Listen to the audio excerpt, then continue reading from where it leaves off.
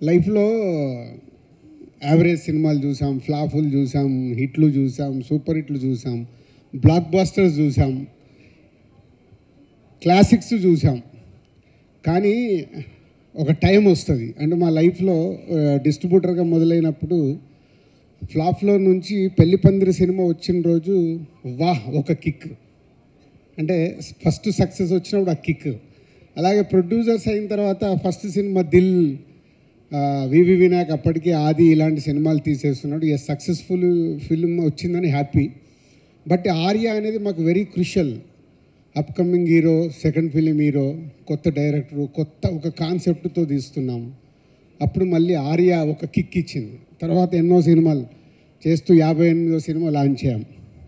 ఈ 58th film ఎంత special అయిపోయిందంటే ఒక అద్భుతం, ఒక మహా అద్భుతం, ఊహించని అద్భుతం జరిగితే ఎలా ఉంటుందో లైఫ్లో అలాంటి మూమెంట్లో ఉన్నాం మేము.